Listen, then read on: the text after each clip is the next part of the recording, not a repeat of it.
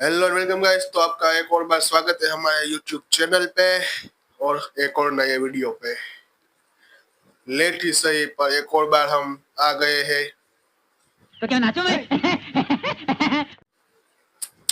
तो थंबनेल तो आप लोगों ने देख ही लिया होगा, बिग बॉस। हालांकि अब बिग बॉस आया है तो फिर इंस्टाग्राम को मैंने सोचा थोड़ी सी छुट्टी दे देते हैं, तो फिर चलिए शुरू करते हैं बिग बॉस।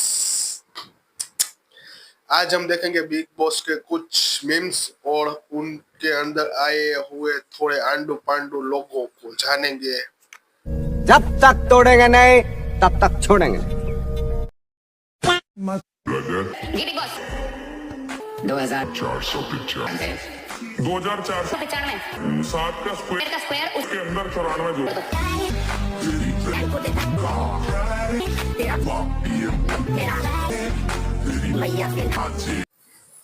पूरा नहीं देखने पड़ेंगे क्योंकि नया मीम्स तो अभी तक बने ही नहीं, अरे टेंशन नहीं लेने का, अपुन है ना। क्योंकि बिग बॉस ही नहीं चल रहा ठीक से। पता नहीं लोग अपने हॉलीडे मनाने आए हैं या बिग बॉस में आए हैं। हनीमून पे आए हो ऐसे घूम रहे हैं। कुछ ही 2-3 लोग गांडू पांडू है जो लड़ाई झगड़ा कर रहे हैं, वो भी बिना बात का, जिसकी कोई जरूरत नहीं, जो बिना बात के मुद्दा बना के चपल चपल किए जा रहे हैं। तो चलिए, कुछ जितना मैं मुझे दिखाई दे रहा है उतना मैं आपको दिखाता हूँ कि क्या हुआ। करना होगा तो लिटरली मेरे पास बड़ी चीजें हैं शो ऑफ के लिए। हर आदमी बता रहा है मैं क्रिएटर हूँ, मैं एक्टर हूँ, मैं ये हूँ, मैं क्या बताऊँ, मैं ठेला लगाती हूँ तो उससे डाउन टू अर्थ दिखूंगी। पता नहीं क्या परिभाषा है डाउन टू अर्थ की। मेरी तो भैंसन की डेयरी है। अरे दीदी, अब बचा ही क्या है शो ऑफ करने के लिए? सब कुछ तो आपने बता दिया, अब कुछ छोड़ोगे तो आगे बता पाओगे, क्योंकि अगर आप वही सब कुछ बता दोगे तो फिर आगे दिखोगे कैसे? जली ना, तेरी भी जली ना। तो इन देवी जी का कहना है कि इनके पास 150 बॉडीगार्ड है। कोई बात नहीं, हो भी सकते हैं।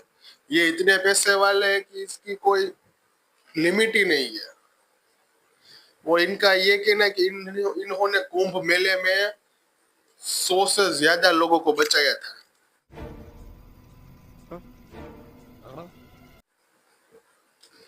जो पानी का ग्लास उठा कर साइड में नहीं रखती, उसने 100 लोगों को बचाया था। उसके बाद भी उसने कवर करने के लिए बोल दिया कि मेरे 150 बॉडीगार्ड ने बचाया था। चुप कर बे कुत्ते। फिर भी हमने मान लिया, पर जब प्रूफ मांगा तो बोले कि सब कुछ हटा दिया। 50 बार बोल रहे हैं, पढ़ने निकले वाले छात्रों को राजनीति से दूर रहना चाहिए। हैं? अबे पढ़ाई लिखाई में ध्यान लगाओ, IAS बनो और देश को संभालो। और ये मैम पूरे बिग बॉस घर में एकदम, कहते ना, वो इंडियन कल्चर से जुड़ी हुई बन के घूमती है। पूरा दिन साड़ी पहनती है, ये सब वो प्रार्थना करती है, भजन करती है। ये सब करना भी चाहिए, पर क्या ये इसकी रियल पर्सनालिटी है? क्या ये रियल लाइफ में ये फॉलो करती है? क्या इनके सोशल मीडिया अकाउंट में ये सब हमें देखने को मिलता है?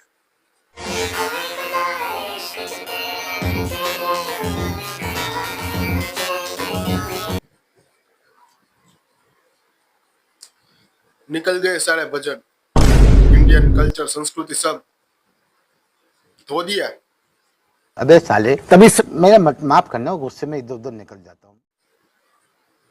मैं तो अभी आपकी पूजा करने वाला था, आपके नाम का मंदिर बनवाने वाला था, पर नहीं, आप भी तो निकली वही इंस्टाग्रामर, रील्सर, इन्फ्लुएंसर, जो कैमरा ऑन करके कपड़े बदलते हैं।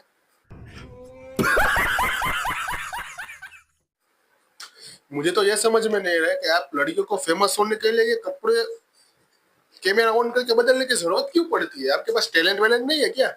जोर जोर से बोल के लोगों को स्कीमें बता दे। आपने इतना बड़ा बिजनेस किया तो वो संभालो ना। इंस्टाग्राम पे क्यों घुस रहे हो? ये इंडस्ट्री में घुसना ही क्यों है आपको? इतने बड़े करोड़ों की आपके पास कंपनी है, वो सब चलाओ ना यार। क्यों अपना ढोल बजवाने आ रहे हो हर जगह पे?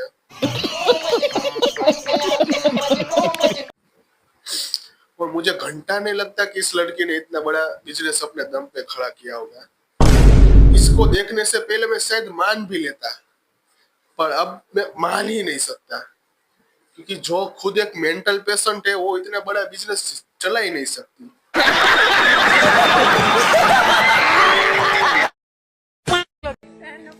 Thank you. मैं आपको फॉलो करती हूँ। Thank you. I am very happy for you. ये मैंने आपको अचानक से देखा, बहुत खुशी लगी। मुझे भी बहुत खुशी लगी। क्या नाम है आपका? मेरा नाम सुमन है। सुमन, आप यहाँ देवड़ी माता आए हो? जी, मैं रांची जा रही थी। स्क्रिप्ट तो अच्छी बना लो। चले एक काम कर, 200 रुपए दे और 50 रुपए काट ओवर एक्टिंग के वजह। मतलब आप वहां पे मिलके उन्हीं से पूछ रहे कि आप यहाँ आई हो? ऐसे तो नहीं होता है। मतलब वो वहां पे आई है तभी तो तुझे दिखी है। वैसे वो आपके 150 बॉडीगार्ड मुझे कहीं दिख नहीं रहा है। वो कहीं घर भेज दिए हो तो शायद कुंभ में लोगों को बचाने गए हो गया। अच्छा,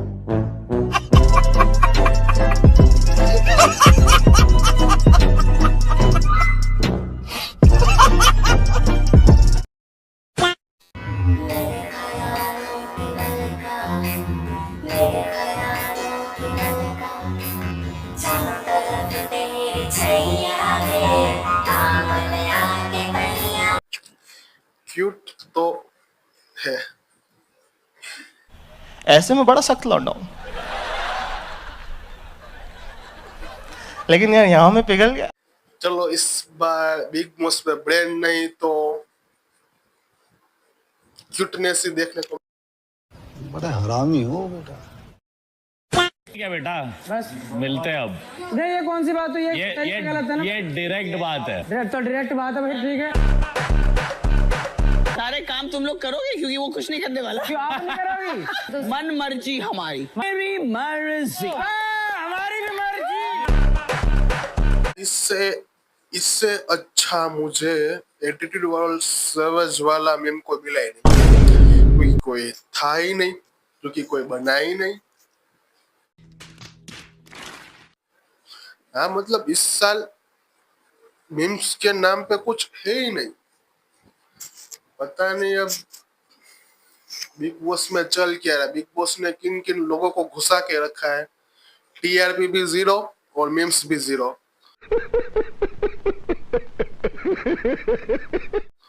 अब हम बनाए तो बनाए क्या, बोले तो बोले क्या, करे तो करे क्या। अब चलो, पता नहीं ये सब क्यों नहीं बढ़ रहे। अब सिर्फ लड़ाई झगड़ा सिर्फ 2 ही लोग आके मचा रहे हैं। लड़कियां, लड़के तो सब चिल मार रहे हैं, जैसे कि हॉलीडे पे आए हैं।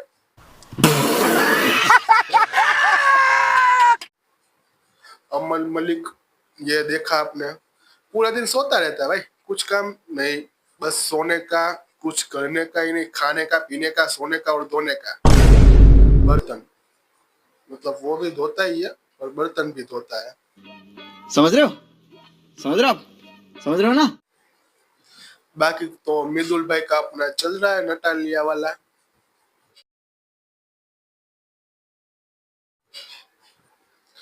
पकड़ के बैठ गए वो, पर भाई उसको बता दूं टीआरपी ऐसे नहीं मिलेगी। मैं भी मृदुल को नॉमिनेट करना चाहूंगी क्योंकि मुझे लगता है कि मृदुल बिन पेंदी के लोटे की तरह इधर उधर लुढ़कता जाता है, कभी इधर कभी उधर। उनको अपना एक स्टैंड रखना चाहिए। यहाँ पे फॉलोअर्स मुझे ज्यादा दिख रहे हैं और लीडर्स कम, इसलिए मृदुल। क्योंकि मैंने मैम का साथ ही नहीं दिया आज, तो मैम को मैं बुरा लगने लगा हूँ। मतलब आपके साथ जो रहेगा, आपके पीछे पीछे जो लगा रहेगा, वो आपके लिए अच्छा है, और जो अगर आपकी बात को गलत कह दे तो आपके लिए बुरा है। तो मैं अकेला खेलना बहुत अच्छे से पसंद करता हूँ, मैं अकेला खेल लूंगा और मुझे नॉमिनेशन का भी कोई और कतई रत्ती भर भी डर नहीं है। तो अगर ऐसा आप लोग सोचते हैं तो ठीक है, बाकी चमचागिरी तो ना मैं किसी और की करूंगा ना आपकी कर पाऊंगा। एक तो पता नहीं ये बिग बॉस वाले हर साल एक मम्मी कहाँ से ढूंढ के ले आते हैं। मतलब हर बार एक ओल्ड को भेजना जरूरी है क्या? मतलब वो सिर्फ खाना बनाने के लिए ही जाती है? वो जब से आई तब से खाना ही बना रही है, तो मुझे यही लगा कि आप खाना बनाने के लिए भेज रहे होगे। पहले तो मुझे देख के यही लगा था कि आपने खाना बना इन लोगों के खाने के लिए उनको भेजा है,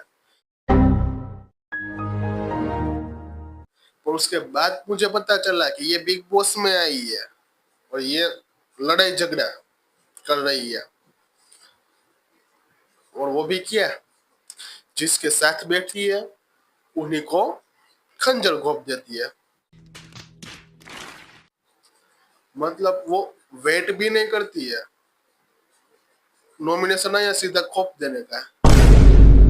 मतलब कुछ रिश्ता विश्ता बनाने का ना, डायरेक्ट भाई नॉमिनेट करके बात खत्म करो। ये मेरे साथ बैठा ही क्यों? इसके पास दिमाग नहीं है क्या मेरे साथ नहीं बैठने का? उसके साथ उसने अच्छे से बात की इसलिए उसने नॉमिनेट कर दिया।